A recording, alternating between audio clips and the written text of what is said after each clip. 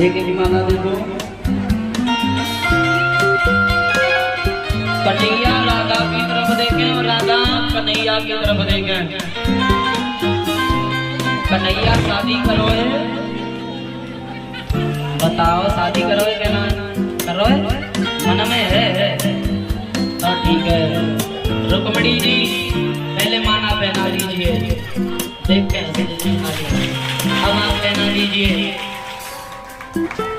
आज महाराज दोनों के गले में यानी रुक्मणी ने भगवान कन्हैया के गले में जयमाला डाली है और कन्हैया ने रुक्मणी के इस तरह से विधि विधान से जब शादी हुई है बैठ जाओ, अब होगा कन्यादान। तो जो भी माताएं बहनें वस्त्र लाई हो और श्रृंगार लाई हो वो पूजन कर यानी तिलक लगवा करके इधर रख देना वस्त्र जो भी लाई हो, ठीक है। और जो पैसा लाई हो वो रुक्मणी और कृष्ण की शादी में रखते चलना, ठीक है। और बारी बारी से कन्यादान लेंगे, एक एक दो दो करके आएंगे। पहले परिचय यज्ञपति महाराज लो और ज्यादा भीड़ लगाने की कोई जरूरत नहीं है, कन्यादान हो रहा है।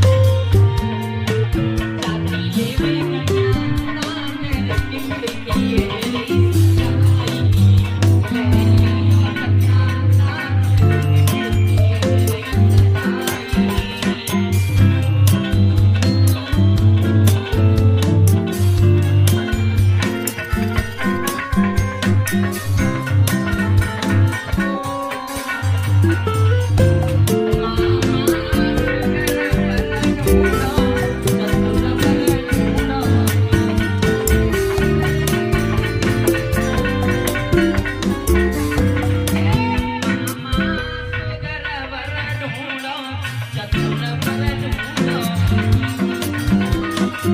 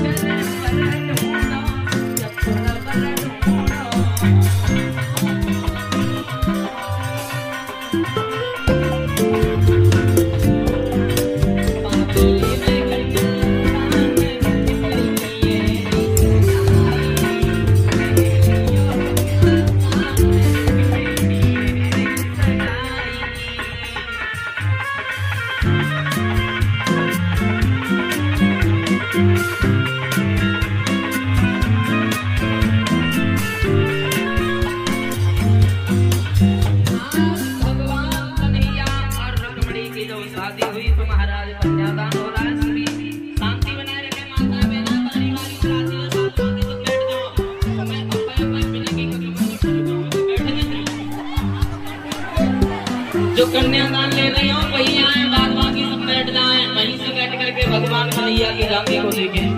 आज महाराज भगवान कन्हैया की पहली शादी रुक्मिणी के साथ हुई है। प्रथम विवाह रुक्मिणी के साथ हुआ, दूसरा विवाह जामवंती के साथ हुआ, तीसरा विवाह सत्यभामा के साथ, चौथा विवाह कालिंदी के साथ हुआ, पांचवा विवाह मित्रविंदा, छठवां विवाह लक्ष्मणा के साथ हुआ, सातवां विवाह शीलभद्रा के साथ हुआ और आठवां विवाह महाराज बताया जाता है सत्या के साथ हुआ।